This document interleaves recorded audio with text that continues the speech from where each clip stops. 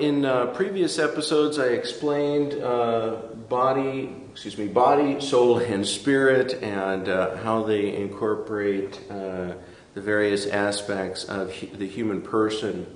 And I've also, in one of the other videos, explained a little bit about stress and the effects of stress on the human person. But one thing I want to focus in on is this need for awareness, and an increasing awareness, and I would say a proper awareness of ourselves. Now that ties into stress, because when we truly understand who we are, and we have through that understanding drawn closer to God and acquired the gift of humility, then we have a perfect system operating in God's grace. However, how do we get there is a really big issue, because we have the body and the soul in a fallen state, which are literally tearing each other apart because the spirit is cut off from God. What do I mean that they are tearing each other apart? Well, the body and the soul are meant to be in communion with God just as much as the spirit. And when that spirit is cut off, the body seeks comfort, and it seeks comfort ultimately from God's grace. And the soul seeks stimulation. This is why our bodies are much more into, we like to experience luxury. We like to experience, easy physical sensations, let's say. Whereas the soul is much more stimulative. It seeks to be stimulated in a positive sense. We like to be entertained. But these things should be fed from the spirit. When they are not, then they turn on each other. And what we tend to get is our minds begin to race, because again, we're scattered and we don't see ourselves, and we don't see reality as it really is.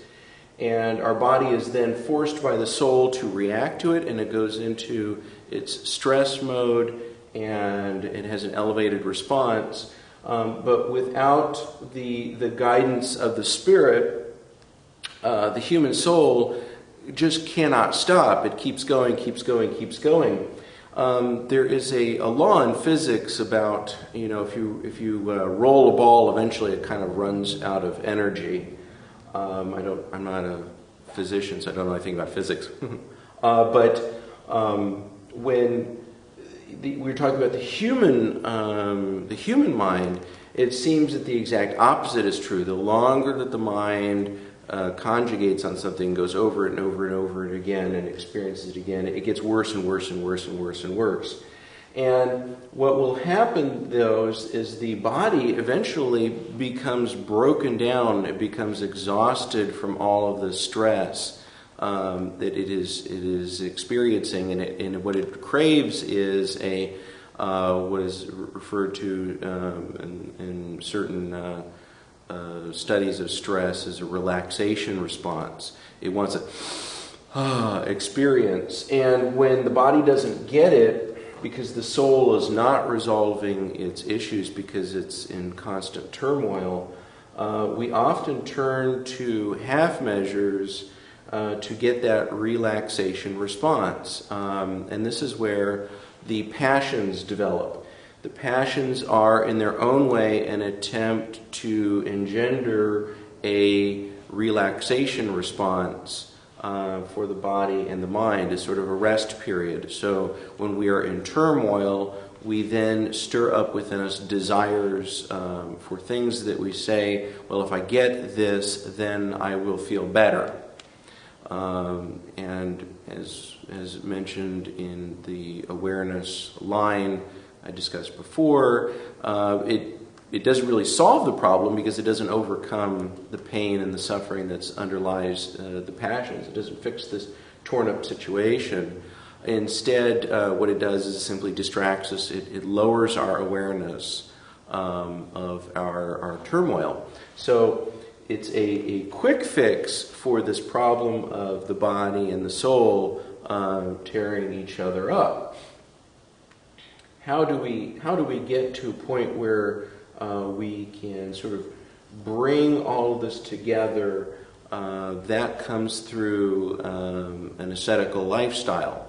And that is my next topic that I want to bring up, is that it is only through a disciplining of the body and soul that we can get rid of the scatteredness and bring our thoughts and our minds into a proper place so that we can then begin to experience God. However, it is something that requires God's grace, so it's kind of a circle.